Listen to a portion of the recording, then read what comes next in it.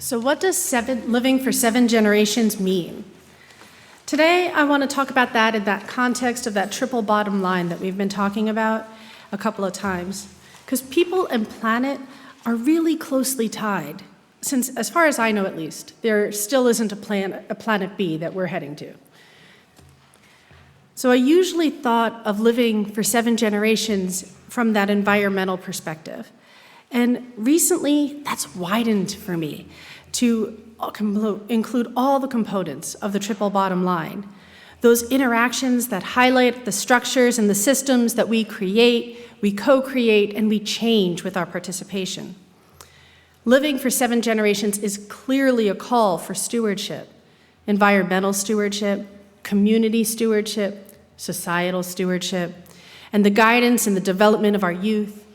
To do any of this well, we have to think bigger than our families, our local communities. We have to connect the universal heritage of all of us. We have to connect both to our history and to use the tools available to us now. This community offers us a place to explore why, to explore deeply why things are the way they are and how do we want them to be in the future. Sometimes, to guide the future, we need to reflect on the past. This is a slide of last names. These last names correlate with occupations that were often heritable. When the world changed slowly, and there was a lot of commonality between what people needed to do. And then there was a higher correlation between what parents did and what their children did. Let's contrast that with today, where I can't even name some of the professions that will be available to my children, because they were definitely not available when I was choosing professions, and some of them do not even exist yet. And I have a 16-year-old. It's not far, and they're emerging all the time. And that is a huge difference. The variance between the skills individual people need is also so much bigger. I honestly love the variety and freedom that has emerged in our society because two things can also be true at the same time. Developing the skills our children need can overwhelm a parent, any parent. The scope of what we ask parents to do is huge. And to do any of this well, we have to invest in our youth. Nate Hilger's book, The Parent Trap: How to Stop Overloading Parents and Fix Our Inequality Crisis, summarizes what we know about how to help children develop and grow, our history of our society of limiting those opportunities for poor and minoritized communities, and he offers a policy solution that he calls family care that would support deep investments in youth and families in America. And as a parent, I have to admit that there have been times I have felt completely overwhelmed. And maybe I am not the only one who's looked around and said, there has got to be a better way. That feeling was commonly associated with me with some of the additional complexity and really confusing processes and really important things, because I don't really get to practice this, right? When I'm doing it for them, and that's it. So the other thing I noticed is it also commonly happened when things completely outside my skill set. So an example that I'm going to offer was when my oldest was about 5, he started playing soccer. And he went from a, look at the dandelions, I'm really glad to be here with my friends, kind of soccer player. And that I could totally relate to. That was kind of my soccer experience. And then he saw a professional soccer game, and he was inspired. And all of a sudden looked up at me and said the most terrifying words I've heard in my life: I want to be a professional soccer player. Now, rarely, if ever, do I find myself at a loss for words. Yet all I could manage was, so what? Why? Because I am so not an athlete, not even close. In fact, for the safety of all, if a sport involves a ball, it should not involve me. We're good. So how precisely am I supposed to help him and support him acquiring the skills he would need for this inspiration that he just asked for? Camps, coaches, rec teams, many circles of professional and paraprofessional support engaged in skill development. And this is because parenting is complex, and systems we ask parents to navigate is complex. And I also need to own that that was possible because of my social location. I could get him to practices, participate in the required volunteer hours, afford those supports, and not all families can. The investments in our youth, and that's part of family care, because the investments of our youth would offer and support those opportunities at a baseline for the development of our youth and the future. Working 2 or 3 jobs, working in the gig economy, it can make those type of structures and supports that I know we desperately needed beyond the reach, and that impacts our children at a societal level.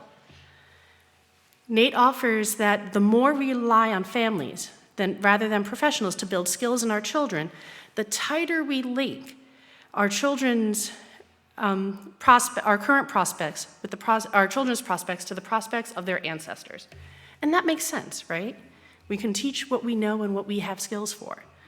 From another angle, I have mentioned the genome, the exposome, and the environment before as factors that contribute to our long-term health.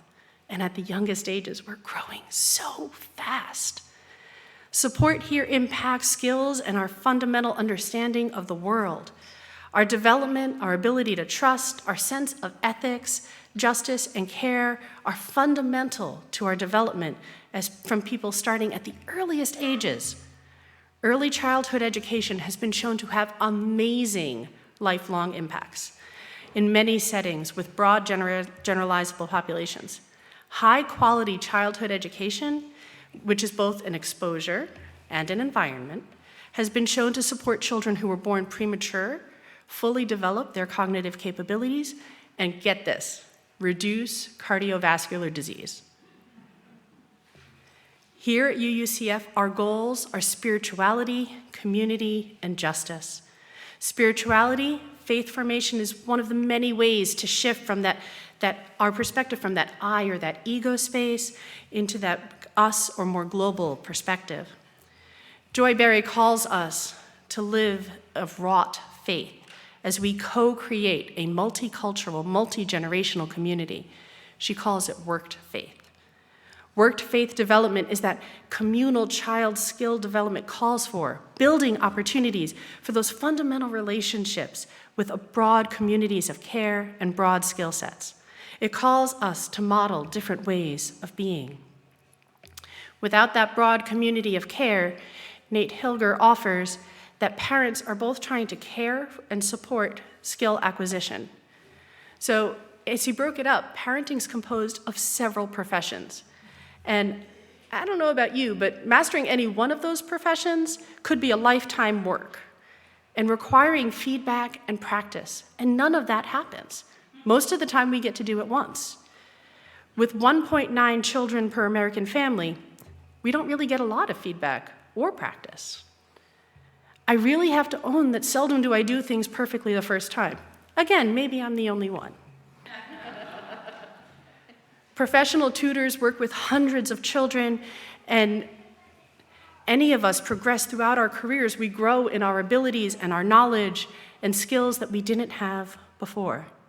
And I really have to lift up that parents shouldn't need to be realtors, period. All our children in all our communities should have what they need to survive.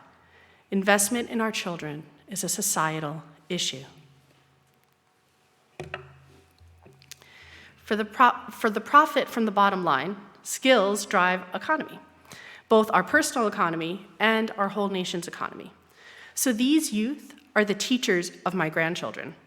They're the physicians who will care for me in my old age, and they are the lawyer who will protect my rights and fight for justice. And they're the grocer who will bring the food to where I live. These are the people who will do the essential work that we recognized in the pandemic, and we recognize the essential nature of our society, but that work is seldom truly compensated fairly. Another reason skill acquisition is super important is, honestly, I see it as a reparation. The Infant Health Development Program showed the amazing impact of early childhood education for those low birth weight babies, with nearly 1,000 children, providing, quote, key missing investments. Providing these key investments is the reverse of the oppression and massive disinvestment and extraction that minoritized communities have faced for centuries. That investment honors Black babies' eyes shining like diamonds. The skill and labor of the labor force have built this nation, and it enriches the elite. Starting in 1619, the people stolen from Africa had skills and labor professions, and they were brought here. Learning, reading, and skills were systematically and violently restricted for generations, leaving a legacy of very, very real barriers of trust, skill acquisition, and justice. Yet Black people have always taught each other, and there'll be more on that later. During the pandemic, some BIPOC children found relief from racial bias and structural racism and honestly didn't want to go back. Ouch. The Census Bureau Pulse survey found that a change of 3% to 16% Black households homeschooling their children from April to October 2020. Most families cited racism and a desire to teach their culture and pride in their history, and a relief from the culture of white supremacy in schools. Many cite that they've been teaching each other for generations, and it's part of their culture. So it's vital to listen to these families and those with the lived experience within our society. Relatedly, there was a third grade teacher who did a demonstration in her class in the 1960s. The blue-eyed, brown-eyed experience. I see some people have heard of it. Actually, let's ask, how many people have heard of it? The vast majority. I'll be brief then. And it demonstrated a difference in academic achievement both between groups and from a baseline with 1 week. 1 week of social oppression. We have known this for generations. Just as we have known how to enhance skill development and growth since 1972, and now we can track the impact of the course of deep investment in Americans in the next generation through our tax records. When it is invested, the investments can be tracked over time and show the impact. So we've known it's impactful, but how impactful I still find surprising. I do find it absolutely amazing that early childhood education impacts cardiovascular disease. I also found it amazing and heartbreaking that an arbitrary artificial system of oppression could impact academic performance in a week. Both of those really highlight for me that physiological systems are complex and social systems are complex, and they're powerful. For me, this leads to the second half of the definition of reproductive justice from Sister Song. Sister Song defines reproductive justice as the human right to maintain bodily autonomy, have children or not have children, and parent the children we have in safe and sustainable communities. The right to parent the children we have in safe and sustainable communities. While professionalization can support skill acquisition, navigating really complex processes and racism everywhere affects everything.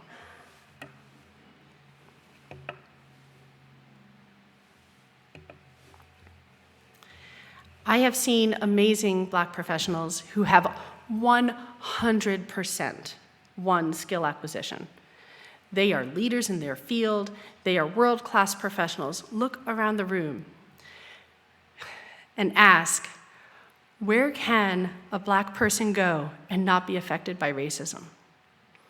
And honestly, the silence to that question was one of the most painful things I have ever heard. Beloveds, we have to build a future where there are many, for the 7 generations, that there are many answers to that question, and even better yet, that question doesn't even have to be asked. Not because we're not asking it and it needs to be, but because we have actually done the work. I will be working toward that for the rest of my life. So in summary, skill acquisition is complex, and it requires a wide variety of knowledge and powerful impacts.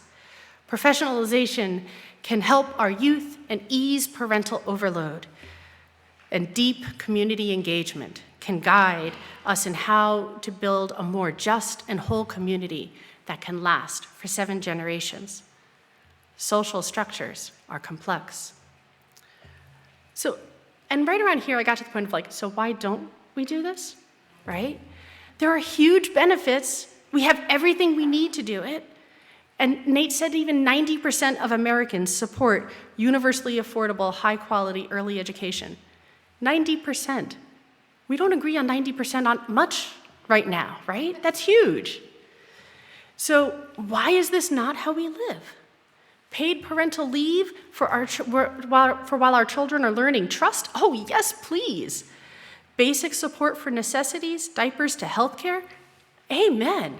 High quality early childhood education, investing in the future just makes sense. So honestly, there's probably many answers to that question. And I'm going to limit myself to one offered by Nate, which was the myth of zero-sum parenting. And it's really just, whenever I hear zero-sum, the next thing in my head is scarcity thinking, right? And that's really a manifestation of scarcity thinking in parenting. Zero-sum parenting holds that anything given to another child was taken from mine and thus hurts them. And I mean, obviously, there's complete ranges of why we might have other ways of approaching that, like my child has plenty of abundance and your child may not. And all of us are co-related. The myth appears in the question of why should a parent or non-parent invest in other people's kids? And I found that I started asking the opposite question.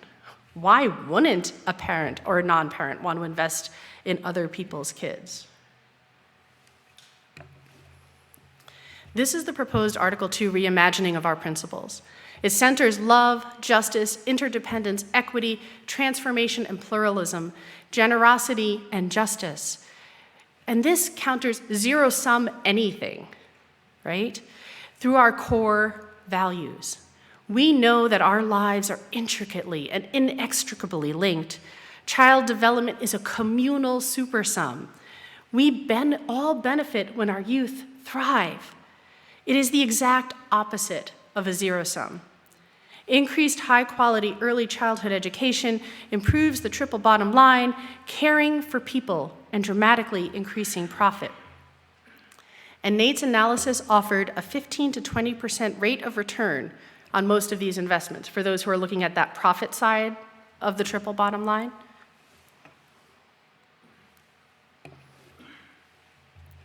That brings me to the one thing that Nate asked parents to do more of. And it's one that I find I strongly agree with. Vote. Sister Song offers a justice statement that centers being economically just, environmentally just, socially just, racially just, humane and just, educationally just, accessible and just, reproductively just, healthily just, and sexually just. And as it is, our children are the largest disenfranchised community in our society. They rely on us. And I love the intersectionality of the reproductive justice definition and their justice statement. It's so powerful. One of the patterns I see over and over in history and progressive social movements is fragmentation and siloing. And that does not create change. It doesn't bring our values into the world. It doesn't help us live for 7 generations. And it doesn't insist that we center people and honor our planet. And I refuse to accept a solution that supports my child and harms yours. We need all our children to thrive. They are our future. The African proverb, "I am because we are," is a fundamental truth of our interconnection, and it spans 7 generations and beyond. Think about it. We have silent generation, baby boomers, Gen X, millennials, Gen Z, Gen Alpha. That's 6 generations right here, right now, in this sandbox. So 7 generations sounds far, but really, it's not. It's just a baby step, because we even need to be thinking longer, but we'll start with 7. 7 generations thinking is also one of those things that helps me move from that I or that ego space into that perspective or that we in communal and broader view. So I'm going to pause and invite you. Would you like to join me and imagine a future where every child, every single one, is supported with what they need to thrive? I invite you to look for what you can do in this moment and take those small actions to co-create that future in love, in hope, and in justice.